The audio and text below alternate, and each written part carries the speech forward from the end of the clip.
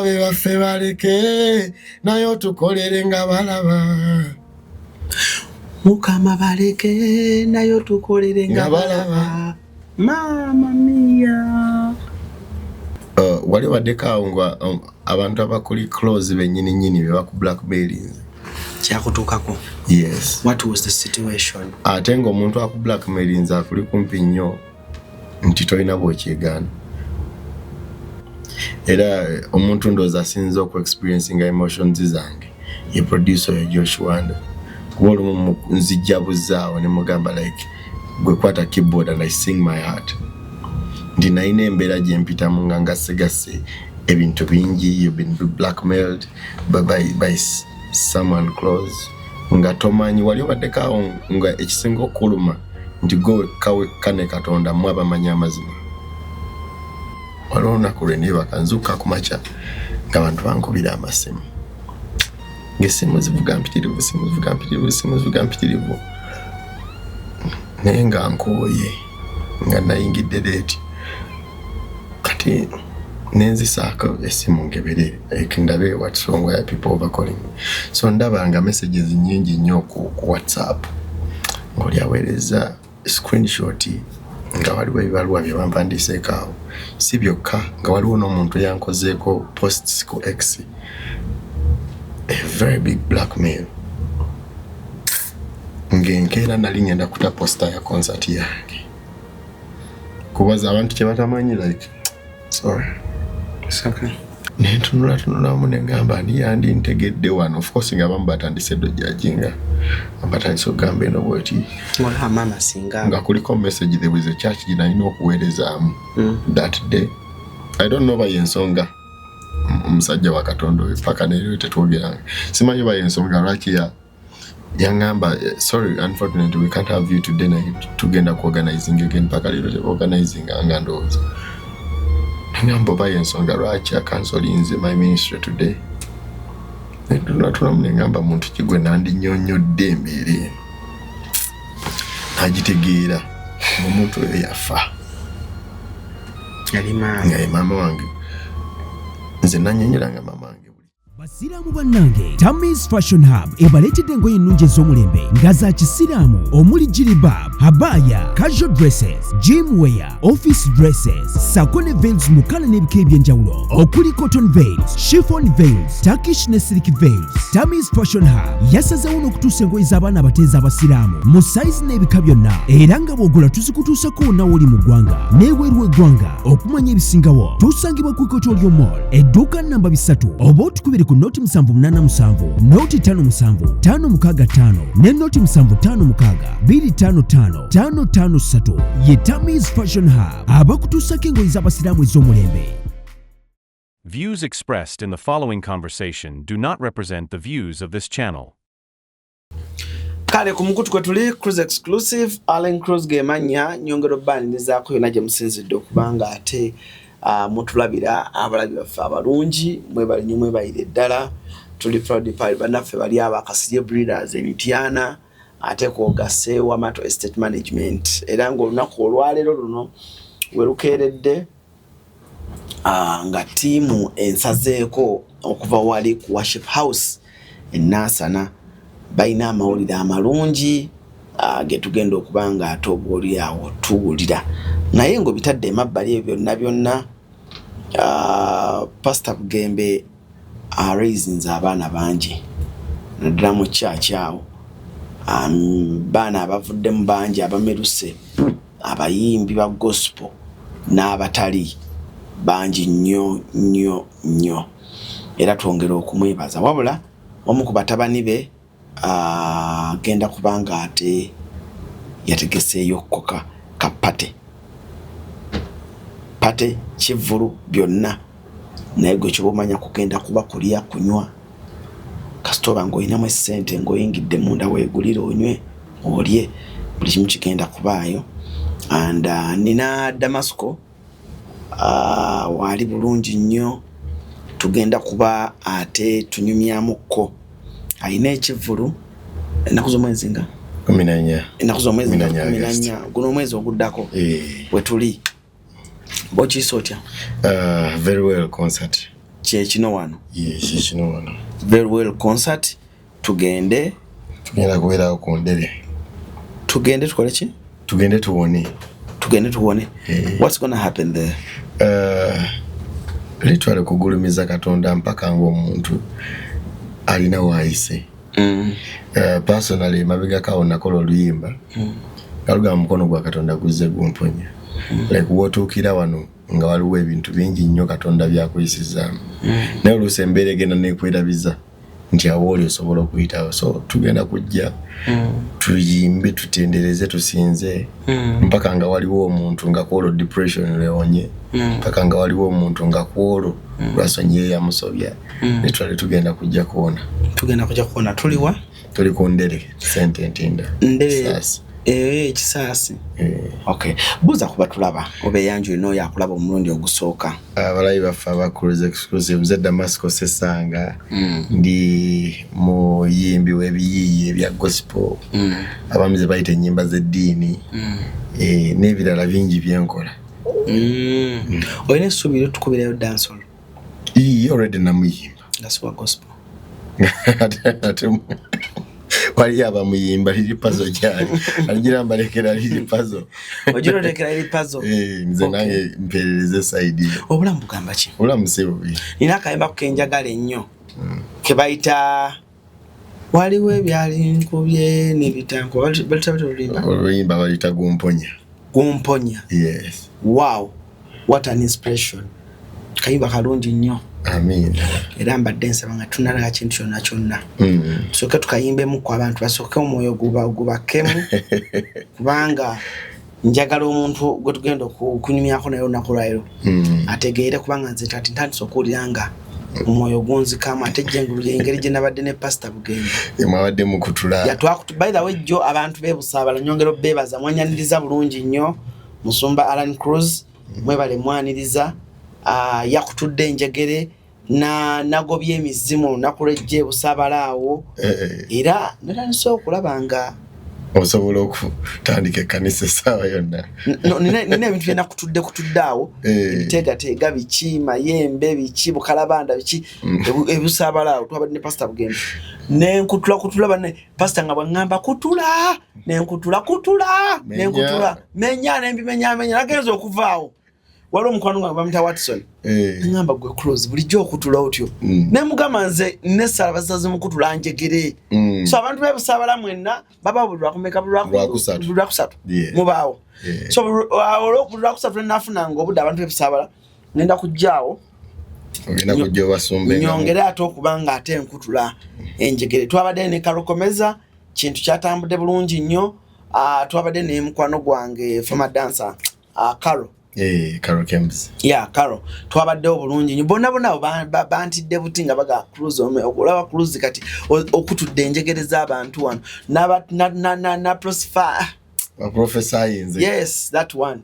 I did that. Nenjira abantu batukesa ne bagamba Cruise kutula Musumba Cruise kutula nenkutula enjegere Musumba Cruise kutula aga salongo bakubi nagenzo vanga Pastor Bugema ngamba Alan, you're my junior pastor. Nemugamba. Alhamdulillah. Nemugamba. Mashallah. Naye nga abantu mukulikireyo ddala. Nja kubamba aka video kange nja kaposinga ku mikutu gyange ngeje twabaddemu ko ne Pastor Bugemba awo. But akayimba kembadde ngamba. Kubanga kwenvudde okunyumiza abantu ebintu waliwo ebintu bye twamenya olunaku lw'eggulo byabadde biganye ne tukola ki tubimenya. So before we start anything olwo oluyimba tuyinza butabawaamu ko bantu ngeri gye lutandikamu chorus biki omuntu ategeye kye tujja okulaba olunaku luli njagala eddoboozi kubanga wakakkana nnyo era beka ennaku yali ekoze eki Nali nabyo ndowooza bingi. Waliwo nabyo olowooza bingi. Ti waliwo ebyali nkubye ne bitankuba. Ebirala byali nnemye ne mbiwangula. Nze ndi munafu nnyo naye abandaba balaba w'amaanyi. Newe nalina okuwanika era omukono gwe nagulaba. nalaba ekitiibwa kye bwe kikka ne kiwangula abalabe bange na buli ekyannumba tewali kyawangula omukono gwa Katonda guzze gumponya omukono gwa Katonda guzze gumponya eddoboozi lya Katonda lizze limponya eddoboozi lya Katonda liwuluguma nempona. Waliwo ebyali mmenye ne bitamenya abalabe bange ab'emitima emibi abalina emitima emivundu abatayagaliza batusekera naye nga baaba emabega eyo banyeenya ensaasi. Waawo bonna twabawona tutya. Mbali nawandika emabega kaawo nenzija mu vaasi ng'egamba nti abatatwagala beekwese oluusi batuwaana Katonda. Ogambye ki? Nti abatatwagala beekwese. Nkugambye bangi tubeera nabo. Lugenda lutolo oluyimba luga nti tuli abalabe baffe baleke naye tukolere nga balaba tuli mu nsi y'abalogo abebise mu ngoye z'abasumba. Lindako olupapya oluyimba yali hit boyimba hit togipapya nnyo ng'ate ayimba zine z'abano abaana abagira abatandika obutandika yimba bulungi kuba oluyimba waluteekamu bannanga abalabe baffe badduka emisinde nga oyizo gamba gwabagambye bagende genda mu maaso. Abalabe baffe baleke naye tukolere nga balaba Mukama baleke naye tuwonye nga balaba batukaka n'okuyiga omwenge ffe abatanywanga mwenge twakakibwa okuyiga omwenge abantu abaali tebagala na mwenge tuli mu nsi y'abalogo abebise mu ngoye z'abasumba abatatwagala beekwese era batuwaana Katonda gwe bandisuubidde okusanyuka nga mpiseewo ye yasinga okunyiga nga mpiseewo. Damukolasi abalabe baffe baleke naye tukolere nga balaba Mukama baleke naye tukolere nga balaba. Mama mia. What inspired you kwenda kono oluyimba? Nali nina embeera gye mpitamu. Wali waddekaawo nga abantu abakuli close bennyini be baku blackmailing. Kyakutuukako? Yes. What was the situation? Ate ng'omuntu aku blackmailing akuli kumpi nnyo nti tolina bw'okyegaana. Nti omuntu gw'obeera naye ala nasooka okwogerako ekintu nga tosobola kyewakana. Kubanga obeera naye naye. Nawandiika oluyimba olwa batukaka n'okuyiga omwenge. I was coming from the bar. Nga nkutte n'eccupa y'omwenge. 7 a.m. in the morning navuga sidda waka nga ngenda ku studio. Nenteekako TikTok live kuliko n'abantu abaali balaba. N'ennyimba oluyimba nga amaziga gampitamu. Era omuntu ndowooza asinza oku-experiencing emotions zange ye producer ya Josh Wanda. Kuba olumu nzijja buzaawo ne mugamba like gwe kwata keyboard and I sing my heart. Ndi nalina embeera gye mpitamu nga ngasse ebintu bingi, you've been blackmailed by someone close. Nga tomanyi wali obaddekaawo nga ekisinga okuluma nti gwe wekka ne Katonda mu abamanyi amazima. Nga tolina bw'olivaayo kwogera ensi ekubelieving. Naye Katonda yeewonsa ye after time. Akola ebintu ye mu kwagala kwe nga bwe kuli. Tugende empola. Damasco abagoberezi bo oba n'abantu bamanyi Damasco musajja mulokole. Now this is a lesson omwana ali eyo gye njagala afune mwene emboozi. Sometimes abantu bayimba ebintu omuntu nalowooza nti omuntu ayimbye mu buyimbi bya vibe naye ng'omuntu alina kwajja ekintu. Okuyiga omwenge, when was that? Kaali kaseera ki? Then olinga amanyi Damasco tagenda mu bbaala. So njagala ffe tulina obudde tuwe story eyo bwe yajja and oli akikuyingizaamu atya okuleeta sitaani w'omwenge mu bulamu bwo bali tokozesa then olunaku olukya ng'okutta eccupa y'obuuti byali bigambo ki then heading to the studio. Kati Alan nze naliko in a time oliwe yasasula sagala mwogera manya sagala mwanyo manyi but oli nasasula abaana bankubira essimu not banga sidde ne liyiseewo nnyo we nawandikira oluyimba olwo lwennyini abaana ne bankubira like 2 girls called me ngamba wayi badde saba kwetondera nti ojjukira ekintu bwe kitiwe kyakubeerako nti omuntu ono mukwano gwe yatusasula tujje tukikole tuku blackmailing twogere wetuti ne wetuti people falsely giving olina nawa obujulizi about you nga bukyamu ngali bold nayo none erinnya liyo to the core kwegamba ngambadde museka munywa mwenna mulya mwenna like people fall out olina gamba kati ngenda kugulako olutalo nkuteekemu buli wamu nkuteekemu esente zange okulaba I remember like twayogerako connection I'm going to end your career as bold as that I'm going to end your career and you will not be anywhere in this music industry of Uganda era nagezaako Katonda yasaasira busaasizi awe ngambira nti wawule ebyanditukubye nga tebyanditukubye ne bitatukuba nti baatukaka n'okuyiga omwenge ogamba oli naakwogerako ekintu Alan notoka nga tolina bwonnyonnyola ng'abantu abandi ku believings ate ba believings emu ekintu ekikyamu notoka n'ogamba waliwo ayinza okuntegeera nomaliriza ngozeeyo in your old ways kuba ffe twava mu bbaala bwe bulamu bwe twalinga tumanyi nga tetunajja eno mu kyaki nga bwe mba n'ebirowoozo ebiyitirivu onywa ku mwenge ne weerabira tuto tulokose and this is the situation we find in bantu wetwadde tusuubira nti balokole of course si buli omuntu bwaba but embeera bweti bwe kutuukako abandi kukkiriza nga tebakkiririzaamu ebya sayidi endala kugamba otuuka n'ogamba naye kireka tewali ajja kuntegeera noonoonya woonookabirako manyi sitaani nga naakukuba asobola kujja ku mazima ne kumpagi kwobadde weekutte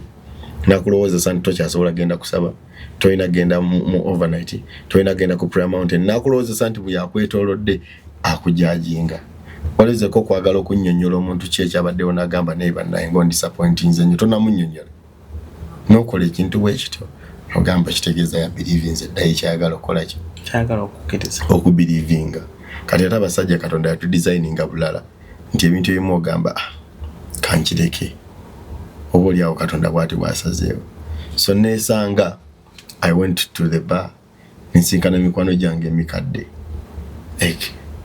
tubeere awo neerabire neesanga nga era church has a very big challenge nti abantu nga bali mu buzibu lwaki tetuba embracinga lwaki abantu bwe bagwa mu bizibu tubasindika nnyo ebbali ate ensi neebabikulira emikono neebahaginga because trust me the love I found in the bar that day yansingira abantu benalina okunnyonnyola eno but that is the iron of life we have no control over it like Katonda yamanyi ebisinga naye n'ogenda nosanga abantu abakubikkulidde emikono of course standing agala kukuba wansi ajja kulaga love in the bar ne bakwaniriza ne bakugulira mwenge ne bakugulira ebyokulya ne bakubuuza are you okay because in the bar everyone wants to know are you okay bakwagala oli final baba kuwemu ekyokunywa ayipinge ndi owaye kikinga toli mu kyamufu tukuwemu bye habijja kugwawo nayo kiki oyina kizibu ki oyina akoocha yabi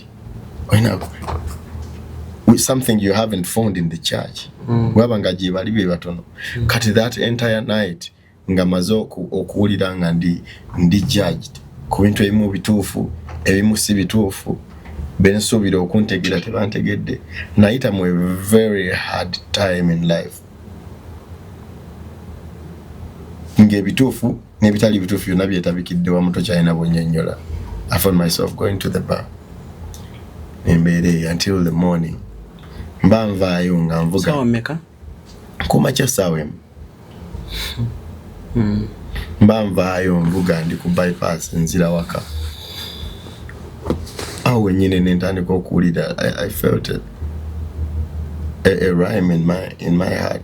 Kyabalabe baffe baleke nayo tukolere nga balaba batukakana okuyiga omwenge ffe abatanywa nga mwenge twakakibwa okuyiga omwenge abantu abaali tebagala na mwenge nti nze ng'omuntu gye nakulira nalaba omwenge engeri gye gwayisaamu ba family members bange bakojja bange nalaba balina futures nezi kugamba nezira frustrated because of alcohol never losing a focus kati nakula ngu kyawa era bwe najja mu church kyekimu ku bintu bye nasooka okuvaako ningamba kino nkikyayi because I've seen what it has done to my family kati bwe nesanganga olunaku ndi mu kuva mu bbaala muli ne ngamba like abantu abaali tebagala na mwenge nituddayo nitutandika okulaba nga omwenge solution ebyo nakugamba sitaani abikuleetera owulirenga oli enclosed mu kasenge nge solution gyolina kweyononesa kati amidst that time navuga nzira makindi yali alina okuddewa ewaka enaluvule nenkubira Josh nemugamba oliwa ngamba mwana ngamba de sinatuusa genda mugamba badde nsaba jangu twesinkane ku studio normally Josh we mugamba ekyo amanya there was something in my heart era ne luno lwagumponya that is how it was nyamukubira na ku studio nenteekako TikTok live nga bwe nyimba oluyimbo bwe nyimba chorus nga amaziga gampitamu abantu abaliko I think they can testify about that nga amaziga gampitamu nga nyimba ebigambo nga binva ku mutima nayimba oluyimbo olwo nga singa lwonna tuba tulukoze nga bwe nali nduyimbi lwali lulina kugwera ndoza mu ddakiika nga 12 nayimba ebitundu bingi ne tubitemamu like okulonda mu what will play n'obutalabika nga nzaze okwatakinga abantu like head to head but kati ng'eyo paati ya abatatwagala beekwese batuwana akatonda ebyo byonna ne bijjamu ensi y'abalogo abebise mu ngoye z'abasomba like bad people naye ngo bw'atuula wanayambadde white tosobola na kugamba nti oyo mubi ng'ensi egamba yiyi atya okitegeera that is how that song comes about nti nali nyimba ku a real story that is happening in my life olwava mu studio that very evening nenteekayo bampaddemo nentemamu ka clip nekasai nembagamba this will be coming soon enkeera ng'oluyimba lugenze viral nga terunafuluma naye nga clip yokayoka egenze viral. That is how I get to release the song. Waliwo right or abalabe baffe baleke naye tukolere nga balaba olowooza message yatuuka mu bantu mu performances bw'oba olaba kolooza abantu gumukulabu kuko bantu balu taking in. Yeah, actually it is one song that connected me with Christians and non-Christians. Nenkizuula nga abantu bangi abayita mu bulamu nga waliwo abamukako okuyiga embeera. I remember lumu nali nnyimba in a bar nina nenyimbira abantu kubanga olumu eri abantu nga baana bamukama naye nga mbeera nakizuula nti there are people like me bali frustrated nti kwolwo olunaku singa waliyo omuyimbi wa gospel yajjayo natujjukiza nti abaana bamukama bali waneeno tokkiriza embeera okufunza and you compromise yensonga lwaki ngenda nali nnyimba eyo omukyala najja nanyweza omukono kakilipako kwe kali ne ku social media yange nasika microphone nagamba nti like bampitako malaaya nze atali malaaya like nga omulaba ye yensonga emuluma someone called her that oba kyekyamuleetera okujja oba kyekyamufrustrating but in life abantu batuleetera okukola ebintu ebyenjawulo naye nga wali tokyagala ala nomaliriza nga okyaya abantu tokyagala kuyamba abantu reason being gwe wayamba bwe yatuuka eri yagamba oyo Alan abo babeera baagala nakwebaka naffe oyo nga yabeera ntega ekibatu naye nga wali oyamba muyambe you never had any intentions like that kwegala n'otuuka nga tokyagala kuyamba muntu azze gy'oli kubanga oli gwe wayamba ate bwe yatuukira yayogera story ndala ensi negibelievinga nga tokyagirinako control. Bw'owandiika abalabe baffe baleke niyo tukolere nga balaba, it's one of the strongest statements nze zempulya mu music industry n'omuntu kyali ayimbyeko n'olya idea n'ogamba okay lulimba lwa gospel naye this is what omwana ono kyawandiise bantu bangi kye bayitamu gweyo statement nga ggwe abalabe baffe baleke naye tukolere nga balaba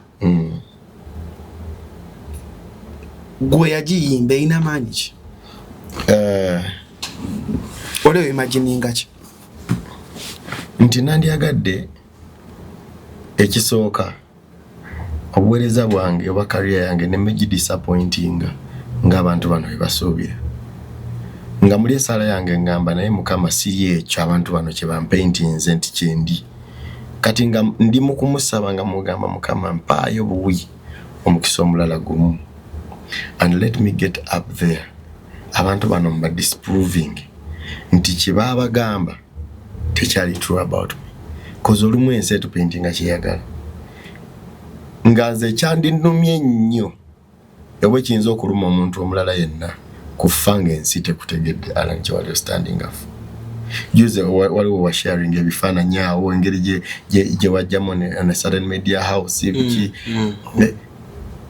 ng'obulamu like ready table structure dio kyeyiya biki the biggest pain you would ever had you would ever have kufiira awo ng'ensi tekutegedde you're standing up for na potential yo nti mulinzi Katonda atukolere nga balaba kyenali njagala nti Mukama like abeko byankolera abantu bano nga balaba mba disproving it there was a person in me maybe Mukama tobajjaawo tobatta exactly tokola ki naye mbadde nkusaba that you didn't give a chance. Can just imagine ngoli omukyala ali okoze n'omusajjawo for a certain reason somehow akugobye toina start alesa omukazi omulala mu bintu bye watoyiringira nga tolina kyakunnyonnyola okujjako okusaba Katonda nti naye mbadde nsaba onkolere nga abantu bano balaba omuntu ono bampaintinzeemu obubi oba ekintu kyabadde ansuubiriza like ntuukeko somewhere in life nga abaana bange basobola otegeera nti sinze yali omukyamu sinze yakola bwenti like really God to fight for you akunnyonnyolere ne byotasobola kunnyonnyola kubanga ensi yo eri designed abantu bali designed ku frustratinga ye goal yaabwe tebaagala kingi ku frustrating until you give up on life. I've seen many musicians like that nga babajja on track eyali ayimba takyayimba nga yali muwandiisi mulungi takyasobola kuwandiika naye nga baba ali bamulwanyisa ekigendererwa kyabwe abeera awo bwe bamwagala nenga Katonda singa amuwaayo chance emu bweti naddamu n'akuba hiti abantu bano naddamu n'abakakasa nti saagwa nga bwe mwali mulowooza ebintu nali sibaatisa nga bwe mwali mulowooza but like there was a great talent and a God behind me. Olumu ye chance abantu gye beetaaga just kuproving anti there was something I could do. Eyo season just yali mbimbula mu bwange like Katonda abeeko kyakolera nga abantu balaba nga tabajjeewo we bali basigadde okuba waliwo omuntu akola ekintu Alan n'ogamba singa afa. Me have been there nga n'abantu bentunuulira ne ngamba naye basinga bandifudde but olwa Bible ne Katonda kyatuuka n'ogamba naye Mukama bakuumire ate nga nabo toyagala babeerewo naye ng'oyagala omanye nti you can akulabeko ng'owangula you can make it without them.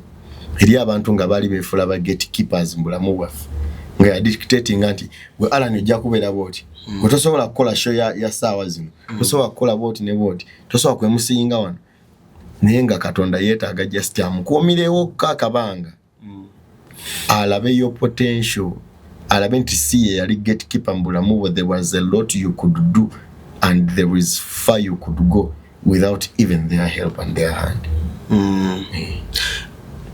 If someone amuntu asobola okuzanga naye Sesanga abeera kwa Shep House ali mu kwaya embeera gye yali ayitamu nga tasobola nyumizaako bakwaya did Pastor Bugeme get to know about this mbeera ng'alaba yali surrounded by a lot amanyi mangi around him. Era njaga kwebanyisa nnyo pastor. Ndowooza tewali mbeera gye mpiseemu nga Musumba tagimanyi ebiseera ebisinga. N'ensi wenjagingidde nnyo. Of course nga taata akunenyaamu kuba tajja kuleka kwonooneka. But there is no single situation I've been through in life n'atakubirira oba n'atakubira kubuuza nti oli otya. Nzijukira olunaku lwe yantunula mu maaso when I was going through those hardships in life. Nangamba sigwa sosokola ensobi naye bw'ogwa wansi situkawo. Nangamba tewennyonnyolangako mu bulamu ofubanga nnyo obutennyonnyolako. Weewa obudde time proving ebintu bingi esobola okunnyonnyola nga tonnyonnyodde. Era kwe natambulire nze mbeerawo nga ssennyonnyolako mu bulamu. Newe mba nfuba okugezaako okubanga yennyonnyolako bwendi nga nzijukira ebigambo byaŋŋamba nga ntunudde mu maaso. Naŋŋamba ofubanga nnyo obutennyonnyolako kasita Katonda amanyi omutima gwo.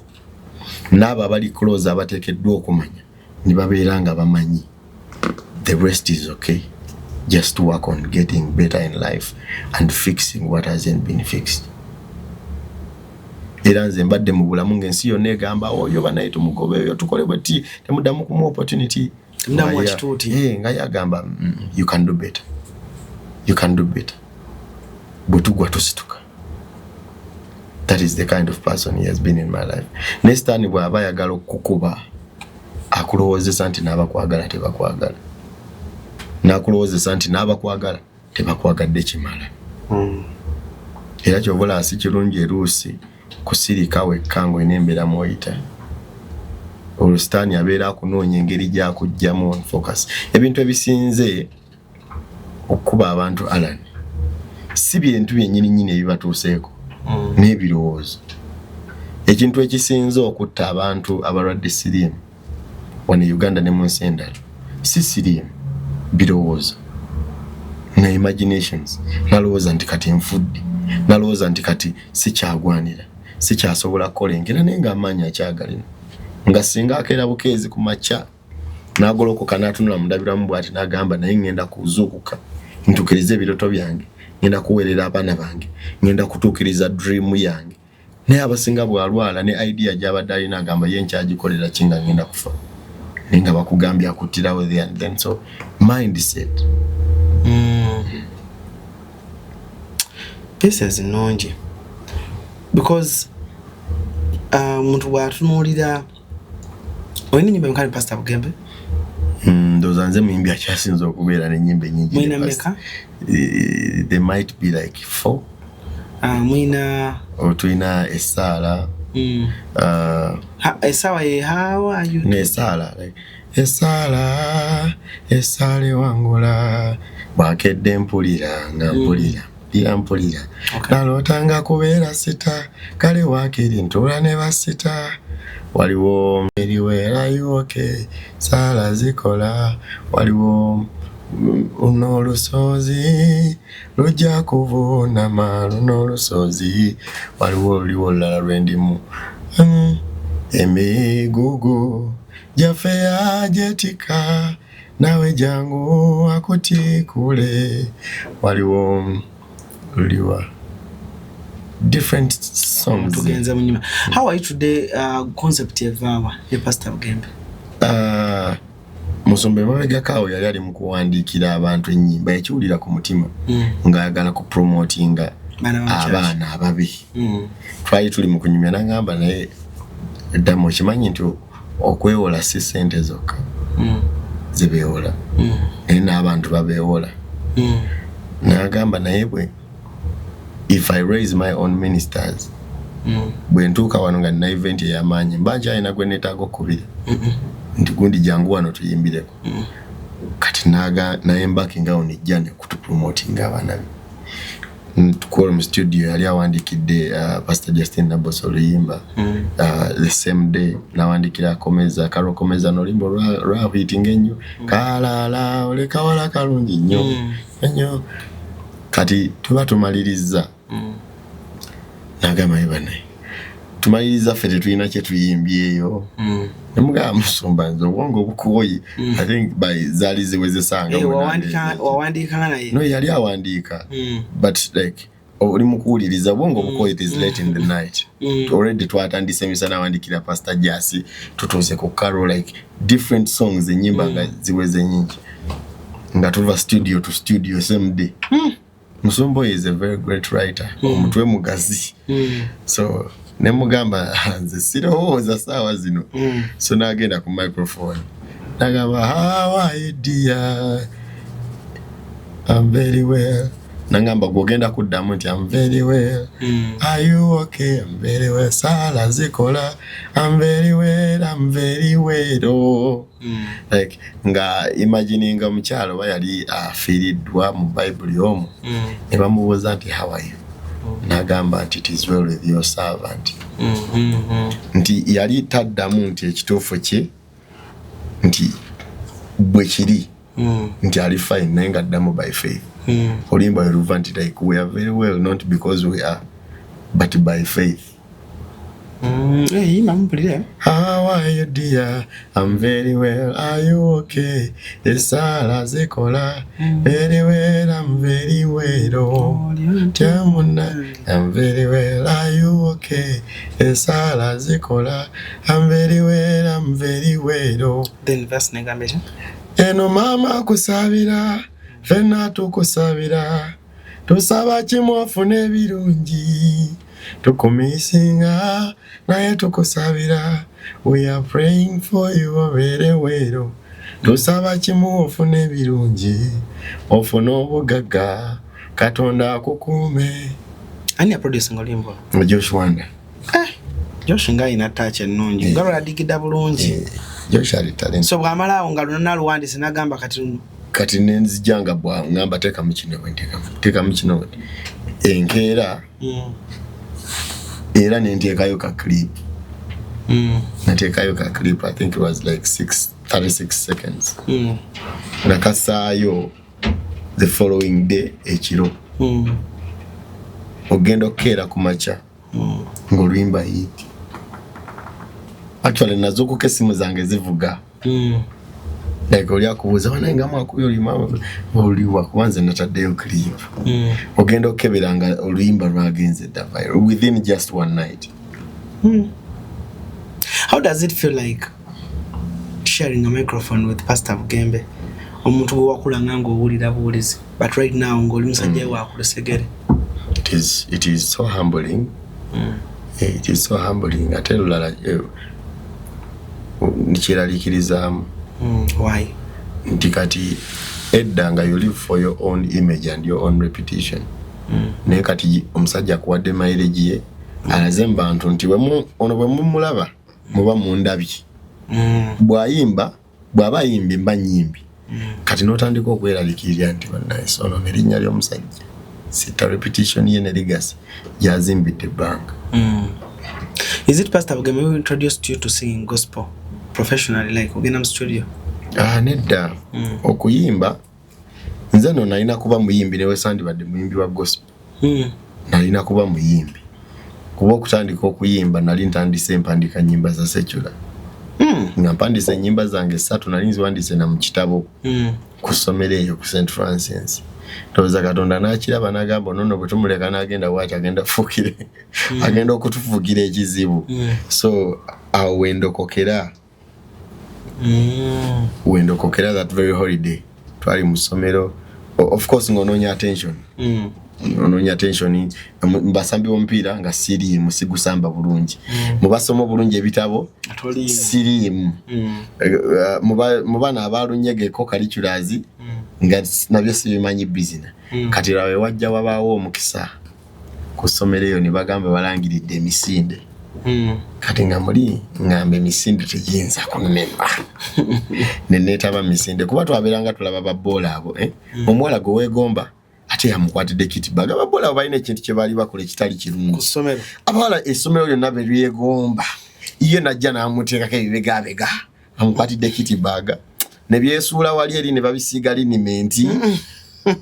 Notuuka nogana ebanaye omuntu afunye atya attention kano emisinde gituuka ngenda njetabamu unfortunately nembeera mbatana abakola ki abasembye naye era privilege yajjirako kuba olwatuuka tweyala wali mu compound abaana ne batusigala emiti negamba wali kigalo abakagulukosi bakaleese tiki abana bajja batuwujjako noga tiki obuzibu bwajja ku Monday nga bagenda kusoma ebyavudde muki nga house yange nagisembesa engamba kino tekigenda kukola wenfunira idea nga lwakisiyimba nitandika okuwandika okuyimba oza mukama nakiraba nga nandiyononeka nnyo nengenda nendoboka Karate Musumba yakusembeza atya okubanga oli mu kubasajja be batambula nabo ku show at least tsanga asoka nayimba then pastor nayimba okujja okutandika okubeera ku mutto gwa Musumba enjogera ya leero bwe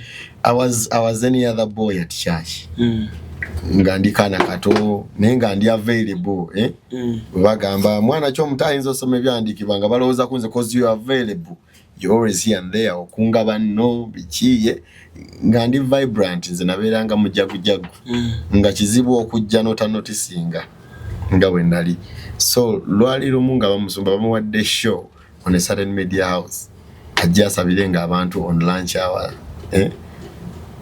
nga abasabira kati nga abantu baweereza prayer requests zaabwe baweereza testimonies mwina gaba naye ani ayinza okumpandikira prayer requests zino kubajjukira yali ono air kati nga walina okuba wazimuwandikira wali azimuwe azisome prayer request abasabire aba testimonies kati ku tiimu eyali ku mutto by then kuliko omuyimbi bamuyita Ivan Kamoga Ivan Kamoga bazze mu motoka gama Musumba waliwo omwana wano gwe manya solo biwandika tamanyi nno nnyo naye nga alaba a vibrant boy at church nagamba ono Damascus obola okuziwandikanga bandi awo nga bankubidde bannaye tomanyi essanyu lye nawulira ogesimu egamba etya jangu enkyo ogenda kukola ne Musumba otyo funa ojja kufuna empapula ne peni ogenda kuba owandika prayer requests ne testimonies z'abantu bannange nenfuna connection z'abantu abantu abe Dubai abe USA abe Canada abe wajukira bonna baweereza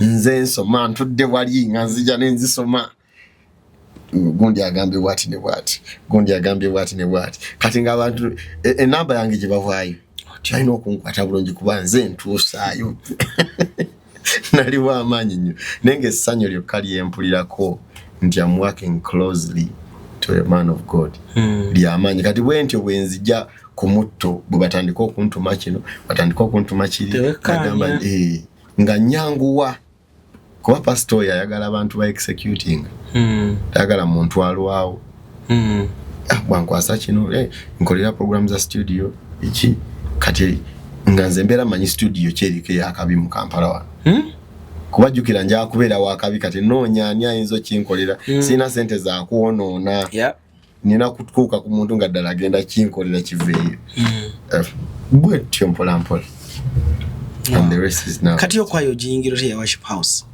kasita nalokooka nenzija ku church nalina okunoonyezaawo abayimba be baliwa kuba nali njagala nnyo music nenjoyininga awo kwaya y'aba teenagers ntandise okuyimba mwawo mpola mpola within no time nga njoyininze main church kwaya nga bwomanyi nti ng'oli mujagujagu omuntu ng'alina kyagoba kininga enkoko ng'eyagala kubiika ogiraba yeetala wano ne wali enoonya place to weneebikira egiryayo so bwentyo bwe nalina tuli ne Damascus Essanga ine ekivulu ng'ennaku z'omwezi 14 wali ku Ndere center awo siku ku roundabout ya Texas so Ndere awo tuli and tugenda kuba tu worshiping right ngenda kutendereza tusinze worship teams zizona zigenda kujeza enjawulo oba strictly worship house ya team abantu abenjawulo bagenda kujja n'abayimbi ebyenjawulo bajja kuneegatako of course Pasawusan Bugembe ali wamu nange akonfaminze ne Joseph Ngoma naye waliwo ba Carol Komeza different other people Leviksoni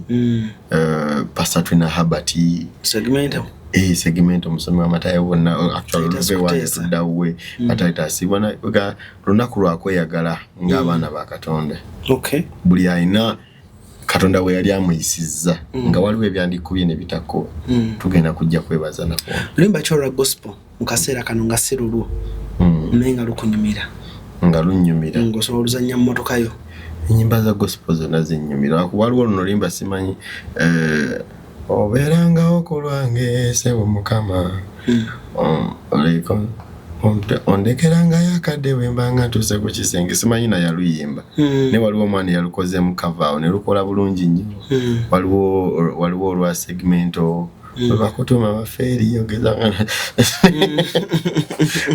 nonsongako waliwo liwa different songs by the way ndoza omwaka season eno Katonda yajiwadde aba gospel waliwo oluyimba lwa Pastor Jase olwakomyewo awo kumpi naawe mugolole omukono gwo nyimba nyingi ba Epiromans bayimbye nakwebaza ntyanze ogamba waliwo music omulungi Epiromans ate kati bwe najja mu church oyo gwe natuukira mu ngalo ze nga nakalokoka naye yali muto munnange neera yali mukuluko kunzi waliwo oluyimba tambudde boda boda njagala balaba House of Love banajja ku show bagenda kubeera House of Love egenda ku is it a group? It's a church. House of Love is the church then House of D-Rain is the musical camp. Mwe bava bonna so bayimbanga group bayimbanga chi the group bonna bali under the record label House of D-Rain ya Pastor D-Rain muri ba Michelle Charisima muri Papa Solomoni muri Pastor D-Rain yenyini muri abantu abali D-Rain pastor musumba ina chache ye pastor wa House of Love kayimba kanyuma nnyo bambi nesunza okubalabako bagenda kunyimbirako then nga tumaliriza story yo y'oluyimba lwaffe twagala waliwo ebyanditumenye ne bitamenya oluyimba wava ku ki oluyimba olwo lwansanga in a situation sibbanga ddene n'emabega myezi mitono lwansanga in a situation nga ndi mukomooninga okufa kwa mama wange mama yafa mama wange yafa when 4 years ago but I didn't get a chance to mourn her. Why? I was trying to be strong for my siblings and the people that were watching and the cameras that were facing me, which was something wrong. Era nsaba abantu abali eyo tibojja kulumba abantu abakoseddwa abakungu bagamba bawe chance to mourn their people. Kuba olumu we try to compose ourselves because manyi wali want to nuzaamu kamera sagala kweyiwayo ndi amaziga so I was trying to be strong for people and to protect an image gyendowooza nti yali emataringa by then which didn't nesimoni nga kufa kwa mama wange kati it hit me in a time nga ndinzeka eyo season mikwano gyange abamu bajjanga ne basula ewaka because it was tough. I think atebamanya waki nali mbayitanga tikundi jangu waije lero jantusire wakatula ifilimu lero tukole weti ne weti like beera naye nga newala kubeera bwomu because nga it hit me so bad and alone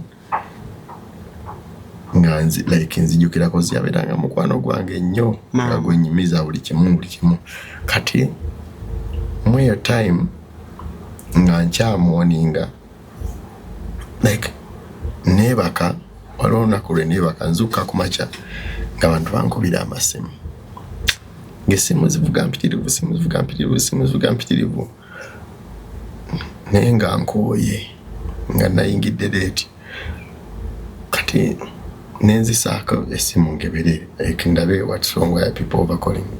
So ndabanga messages nyingi nnyo ku WhatsApp ngoli awereza screenshot nga waliwo ebibaluwa bye bampandiseeko si byokka nga waliwo n'omuntu yankozeeko posts ku X, a very big blackmail. Ngenkeera nali ngenda kuta poster ya concert yange kubaza abantu kye batamanyi like sorry. It's okay. Like omundi guno nategeka concert nga sigitegese nti oba nnago nja kuyamba nga nabye njagala okyusa mu bulamu bwange ng'omuntu nga nabye saagala ensi ebitunuleko nswale nga nandyagadde bikyuke. And of course like taking care of like bills here and there because I have a sick dad. Sikyogera ku bantu eyo naye nga muzeyi wange gyali eyo last year yafuna akabenje sinotrak yamutomeranga ali ku boda. Like since then tasobola kuyimira, tasobola kutuula, tasobola kwekolera kintu. Ebyo byonna byonna like okuzaabula mu bw'omuntu it needs one ng'oyagala obeereko w'omuteeka nti we wano yeyagalireko mu kuba nti mutabani we gyali ku TV but ekobereko kyomukulira mu bulamu ngogamba before my dad dies nandyagadde nkole ekintu kino bwe kiti oba mbeereko ne wange ajje yeyagalirewo mulabiririra awo nga mulaba like nsobola okumulaba every morning. Ye idea gye nalina nengaka nkole concert mbeko byenkyusa mu bulamu kozinze ekirabo kyange kuyimba kyemmanyi okukola. So mba nteekateeka okuta post following day ndaba message ezo nga zize bampandiseeko ebibaluwa nkozeko screenshot za X oliawo obujulizi ku kintu kyatamanyi nako nembitunulako bwenti nempulira Alan ng'eseringa ekomaawo. Jjukira nina bye nali mpiseemu eri gye nakolera oluyimba lw'abalabi baffe baleke neŋŋamba again kati mbitunulira bwenti mbiraga gwe nali naye ne mugaba bino birabyeko agamba ogenda kiyitamu otya kino nga it is all over social media oli akuwandiseeko ekintu agamba kati nenzira y'emabega muli ne ŋŋamba naye muntu kigwe nandinnyonnyodde embeera eno nantegeera. Maama wange yantegeeranga nga sinnaba nakunnyonnyola. Kati jjukira ebintu ebyo byonna I'm trying not to be emotional, sorry. It's okay. Ebintu ebyo byonna binsanga mu time nyambadde ndi mu kumooningira maama wange.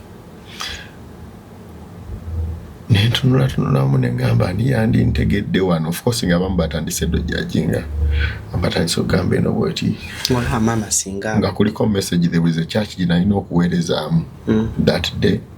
I don't know by ensonga omusajja wa Katonda oyo paka neero tetwogeranga simanyi by ensonga lwaki yaŋŋamba sorry unfortunately we can't have you today naye tugenda kuorganizing again paka leero tebaorganizing anga ndowooza ngamba by ensonga lwaki akansolinze my ministry today. Netulamu ne ŋŋamba muntu kigwe nandinnyonnyodde embeera eno n'agitegeera omuntu oyo yafa yali nga ye maama wange. Nze nannyonnyolanga maama wange buli kimu nga n'omuwala gwe nkwanye amanyi gwe natabuse naye amanyi nga ne bwe mba nva wala watya nga ntuuse saa 9 gwa kiro nsoboka kuyitira wa maama kadinisa naye bataguddewo oluggi naggulawo akadinisa nangamba mwami Ssemamba oli bulungi. She used to call me my father's name kuba taata tetwabeeranga naye I was raised by a single mother. Mwami Ssemamba gy'oli bigenze bitya neŋŋamba omuntu eyandintegedde mu time eno yali maama wange. Kati nembeera awo amaziga ne gampitamu nga siina bwe ngenda kuvayo kunnyonnyola nsi kuba bw'owoozaako buli omu akufuna nga bw'ayagala olumu omaliriza oyogedde n'ebyo talina kwogera. So nsonga bambi muganda. No, it's okay. It's okay. You're still mourning. It's okay.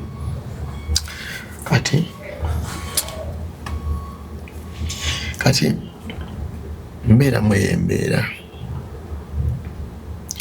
ngamba eno embeera like what next now.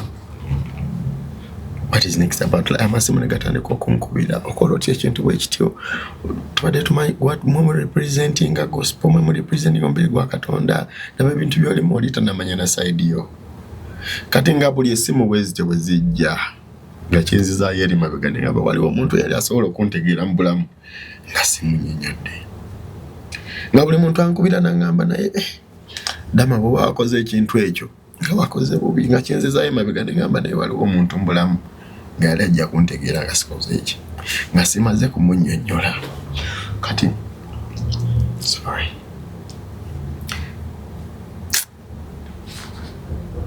nvaawo kwanza ebintu ebisinga mbimalira in studio nenkubira Josh era Josh omwebaza nnyo Joshwanda okunziguliranga ne bwe zibasaameka agulawo ne tuyimba ne tukola nengende wa Josh nemugamba like playing a keys I'll sing along with anything na kuyimba omutima gwange nazanye nanga toza Josh yazanye nanga okumala essaawa nga namba nga sina kyenyimbye ndoza naye kenyini nabeera first okwagala okumanya like what is going on nangamba okwegayi kiki nemugamba azanya ngenda kuyimba so nenyimba ekintu nga kigamba waliwo ebyali nkuye nebitankuba ebirala byali menye nembiwangula nga ntunuulira bye nayitamu waliwo nawandikira oluyimba lw'abalabe baffe ti stories ezo zalina kundeka wansi ng'oli yali amaliridde kummaliriza omuntu ng'agoyinza to an extent of they want you dead eki byandinkuye nebitankuba ebirala byali nembiwangula nga ntunula ngamba naye ne wano ngenda kuyitawo nti olaba Katonda azannyamba nga yamba kuba oyo muwala gwe nali naye ku makya nga mulaga bino ebintu nga waye nangamba naye ddama Katonda azze nga akuyamba mu bintu bingi nangamba simanyi naye katusabe nekinaakikuyiseemu naye nga kirabika nga ekinene nagamba neno naawe weesabire erinnya lyo liri attached with a lot of bad news and drama nagamba bwe kinaagenda kigenda bwe kiti ensi eyinza obutakutegeera waliwo enzigiza ekijja okuggalawo nenzijukira statement gyakoze nti naye Katonda azze nga akuyamba mu bintu ki mu bintu bingi nze ntuuseko ekiseera nga mpositinga ebifaananyi ku social media ebiri happy naye nga munda mu mutima nfa nentekayo ebifaananyi nga byadda naye nga gyendi ewaka ng'oli alowooza olina gy'oli naye nga gy'oli ewaka you're living in a lot of pain you're depressed over things that you can't even explain to anyone ngenda mu studio nembandika oluyimba olwo tindalaba ekitiibwa kyewe kikane kiwangula abalabe bange na buli ekyanumba tewali kyawangula like it was a declaration ngamba naye embeera ngenda kugiyitamu ngamba ne wano ngenda kuyitawo era bwe nava mu studio enkeera ne ngamba kante poster ya concert yange awo nawe ebigambo ne boogera bingi ekitegeeza yabadde akola stand mulokole naye alimbya stand ne yagenda ne yeewandiisaako ebintu like yabagambye no bimuwandiikako kwegamba living in such a kind of life nasanyuka nnyo oluyimba olwo lw'awa abantu bangi omukisa ng'olaba oli awandiika n'agamba nti omwaka bwe guti gwali gunzise naye olaba nkyali mulamu oli n'agamba nti olaba season bweti yali enzise naye olaba nkyali mulamu like waliwo ebyali mmenye naye ne bitamenye kwegamba waliwo seasons Alan nga zaali zizze kutukutula nga yali erina kukuleka wansi kugamba nga waliwo story nga Katonda yakuyamba buyambe naye nga singa yagiganya n'efuluma nejja mu media ba mu public nga wali togenda kusigala nga abantu bakulabanga Alan oba nga bakulabanga Damasco kugamba omukono gwa Katonda guzzenga gumponya wotuukidde okukula okutuuka wano ngo like cause bino ebintu tebijja out of the blue it is always a story it is a process Katonda nga azza kusitula kuyamba nga mpola nzo obulamu bwange bwe bubadde Katonda azze nga nnyamba konzize nwanyisibwa nenga Katonda ajja anyambako every now and then. Nze Alan situkiridde. Siri nti ndi so hard working. Siri nti oba ndi so pleasing tinyimba nnyo abaana bayimba ebyaddala gye bali. Ne Katonda n'agamba naawe kankunyigewo kaawo oyitirawo. N'oyitirawo awo n'ogenda ng'ensi terabi. I'm just thankful and grateful. So zezimu ku nnyimba ezigenda otuleeta. N'abo abayise mu mbeera eyo. Nti n'abantu ne batandiza oluyimba nze nsobola okujja ne ndweyimbira. Kuba mpuliranga omutima gwange guwona buli lwe ndiyimba. Nze nali simanyi bwe ngenda kuyita mu ezo seasons mbulamu. Waliwo ebintu ebimu Alan nga byali bigenda kundeka wansi singa ensi yabimanya. Nga byali bigenda kundeka wansi gamba nga Katonda yennyini yagolola omukono gwe n'agamba Noluzali omuzungu yayimbira n'agamba nti Mercy said no.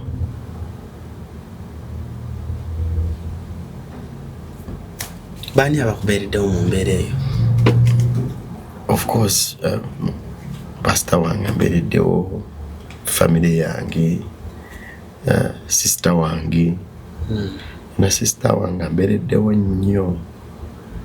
Sister wange oyo era Jackie bw'olaba nga kiripo eno neyanziza ebbanga lyombeereddewo. Kayatuuka n'anfuukira maama. Oyo gw'olaba simunnyonnyola. Nga sinaba na kumunnyonnyola avaayo nanwanira nga tannategeera oba kye bannenyeza nakikoze oba saakikoze. Ebisigadde ne tubiraba leeta. Nina abantu banjawulo sagala kumenya mannya. Era mukwano gwange eyo muwala antegeera. Amuyita Nita. Ero size naye nentero beera naye antegeera bambi. Kwegamba eri ebisebire ebimu nga weetaaga abantu oli nga akutegeera akugumye nga tewennyonnyoddeeko akutegeere butegeezi oba kituufu oba si kituufu. Akutegeere butegeezi muyitewo ebisigadde muli bitereeza mu maaso. Do you think gospel industry ebadde fair gy'oli? Ne bwetandibadde fair saagigambako nga nzija. Natandika byakuyimba byange. Passion. Apart from Nsumba Bugembe, muyimbi ki gwe wandyagadde okukola naye ng'ogyeko ab'okukyaki yammwe? Zafarani si muyimbi wa gospel, si muyimbi wa nsinga bamugamba. Ate nga bwebagamba, why is Zafarani? Because I know her potential. Nali muwuliddeko ng'ayimba oba luyimba lwa njatula olukikone lungiwa eri abantu abamu nga ye ne Katonda be bamanyi enkolagana gy'alina ne Katonda nga gobera soul lake Katonda bwakuyamba n'agikubikkulira n'ogi experience ngako n'ogamba naye ono bwe katali giri alumu aliyimba omulema n'atambula ng'eri aliyo for business and career naye nga lwaliyimba enjiri erigenda n'enyiga emitima gy'abantu. Nga tumaliriza, singa omuntu akubuuza give a statement ku linnya Pastor Bugembe kumu abamuliraana n'abeera naye ffe gwe tulaba obulabi but muntu nagamba Pastor Bugembe ng'akyali mulamu osobola tuwa statement ki? Love. Musumba oyo nga yakwagadde abajja kugenda naawe paka ng'akuggyemu kyayagala. No matter ogenza otya ne bw'oba weddugazizza ajja kukubako enfuufu mpaka ng'akuggyemu ye kyalaba ensi endala kyetalaba. Kugamba omuntu ng'asobola okuriskinga marriage ye nga bw'ogimanyi n'agamba no, I don't care, he deserves a chance. Nakola oluyimba ne Musumba lwa How Are You Dear ng'ensi egyaginze nga nakola statement aga katukola oluyimba osanga enzigi endala ziri eggulawo ewalala nezeggulawo mu bantu abatamanyi any story that I need to explain. Kugamba omuntu tuko kola ekintu bwe kityo. In a time ngenze kujjaji nze nnyo nga kiri risky no kwa associatinga nawe. Nagamba akatukola oluyimba. Katonda kugulirewo kenzi gyendala. Gyotajja kwetaaga nga bote bamanyi byemabega. Tewetaaga kunnyonnyola nnyo. Okay. He did that. It takes a heart. Church singo bamenyanga abayimbi ba gospel abato musical wa penetrating okututoka keno fe bagamba ntuli munsi yeno. Nze ndowooza ekiso kubanga okuyimba muyimba bulungi message nnungi n'abaana abayimba naye kiki ekizibu ekigaana music oyo okututuukako ffenna. Omuntu anaba kutuuka lwa nsonga abamuyimba bw'anaatuuka eno abamuyimba bajja kwonooneka nga Katonda kyabazimbamu omuntu. Singa hit najje kubadda wasinga music wange agenda viral dda osanga ate bwe nandizze mu nsi endala saagala giyite mu world endala maybe Sound Impact nze osanga nandizze nga sinnalokoka nga sinnaba na kukyusibwa. Gospel music akola alimu sente. Do you get paid kugundize mugenda ku ministering? Sina gospel music ne Bible gambe kirabo ky'omuntu kimuseguliza. Kati kiba kisigadde gy'oli kubeera smart na kugenda no you lobby out opportunities kuba zibeerawo opportunities weziri eri omuntu azeetaaga. Kati olina kubeera mugezi n'ogante kanoonye wawenyi how can I benefit from this ninga ekirabo kyo kiteekwa buteekwa kuseguliza. Gowe promoting zotya okubanga kati Damasco brand naye eyimiridde ku bwayo nga oli mu gospel kasente ekimanyi katono. Newe how have you promoted yourself? Okoze otyo promoting a brand yo ne music wo okutuuka mu bantu. Nze nasalawo mbeere n'abantu bantu mwe muli opportunities nga siyawuddemu bamusiramu bamukatoliki obuli anywa omwenge oba yafuwa emmindi. That is why no limbarango natadde nga mulimu omusamiza alina mu sabuli ne mu mbugo n'emmindi weziryawo naye nga naye asobola okufiringa comfortable with the sound agambe nti Katonda nazza nnwanira. Like nze nasalawo mbeere mu bantu ensi eno ngibeeremu sigenda kufanca eri abantu nga alivinga nga agamba nti eggulu lyolwo olw'eggulu mu afternoon tiyagala kwejjako abantu but at the end of the day Katonda yatuterawo ensi tugibeeremu. We live with the people in it. We're going to disagree here and there. We need each other on opportunities. That in the sijja nti ng'omuyimbi wa gospel naye nzija as a creative tewayi Alan Olichali wange inayo mukolo sizze ng'omuyimbi wa gospel naye nzize ng'omuyimbi tikanzije nyimbira abantu I entertain them but at the back of my mind kimanyi nti ndi mu kuyisaawo enjiri ya Katonda. So kwekuumira mu bantu nti Alan we musanga njafuba mbere mukwano gwe omulala ajja kugamba nti aba bensi tetujja kukola kinabo olusitamanyi no nankolagana Alan gyalina ne Katonda yalaba bulabi nti oli eno gyayimiridde. So I try to be with the people.